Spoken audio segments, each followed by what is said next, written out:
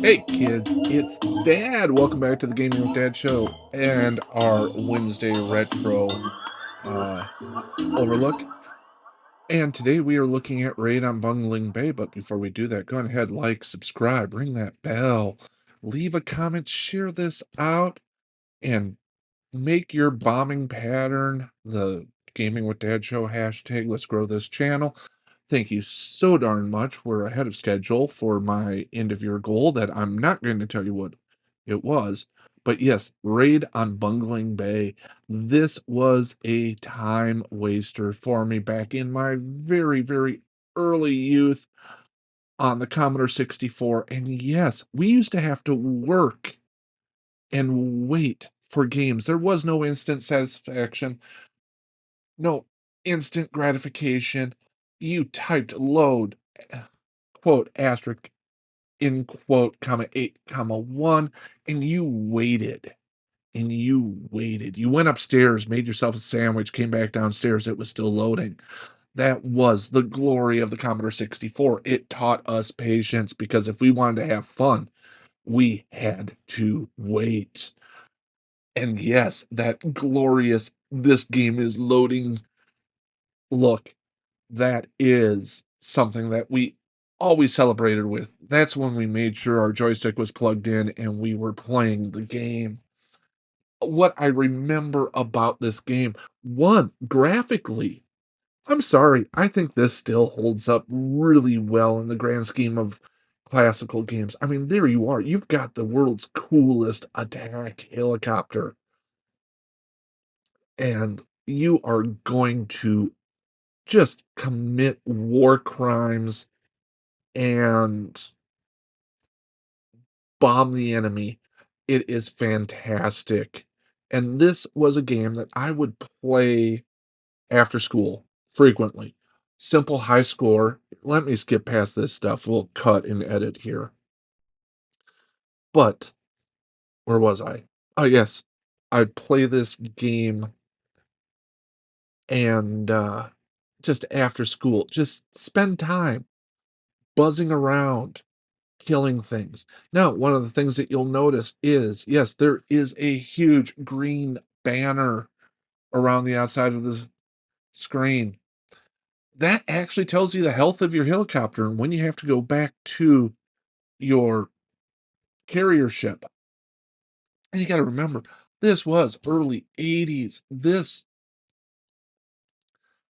There is a story behind this, but you always just imagine yourself taking on those Ruskies, those commies, those bastards that were trying to blow you up and take over liberty and freedom. But otherwise, it's a super fun game, even by today's standards. Now, the controls on this are a little, uh, shall we say, retro.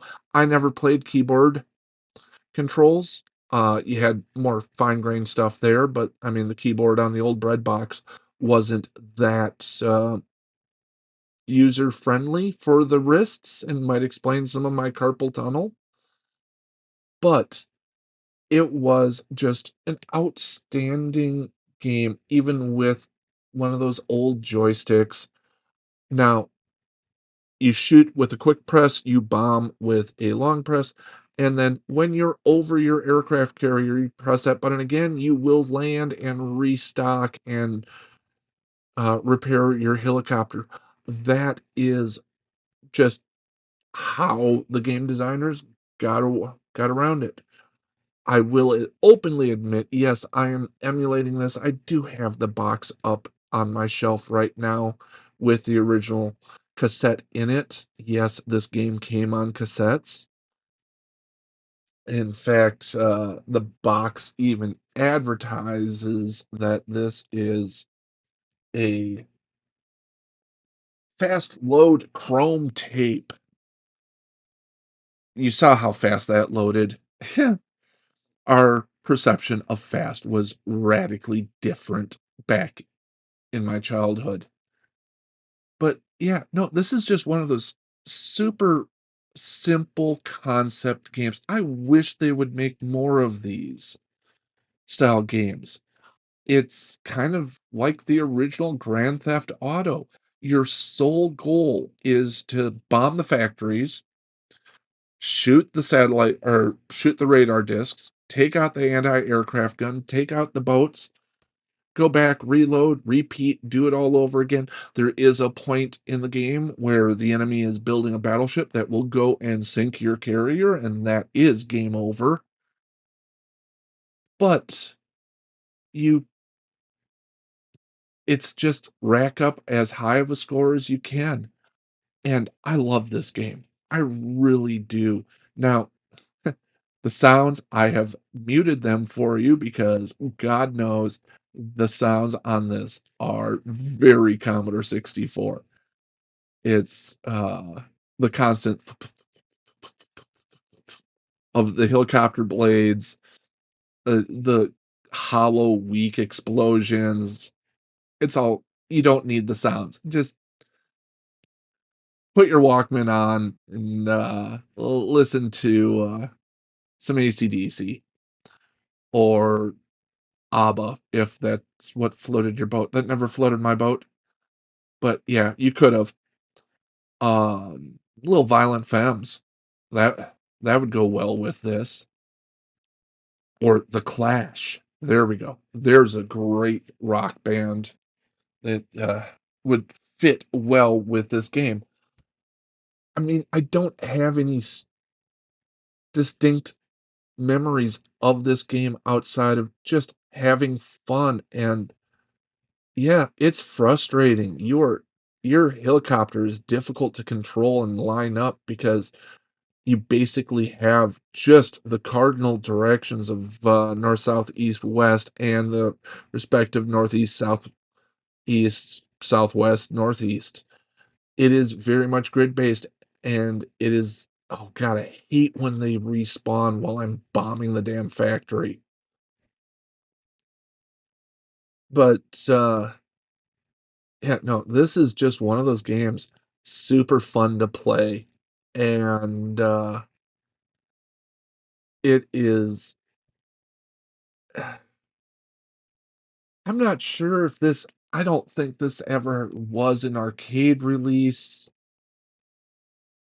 I don't think it was.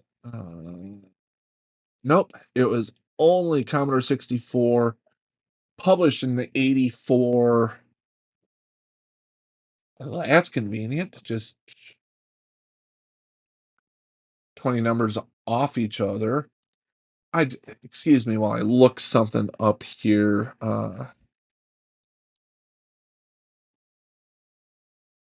When was this? Okay, yeah, this was released the same year as Red Dawn. So that makes sense why I have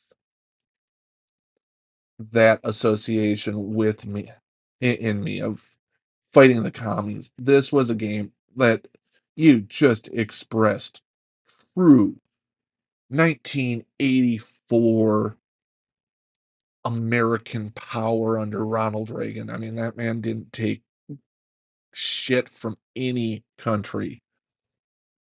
And ultimately, this is just a fun childhood memory that I still love going back to and playing now.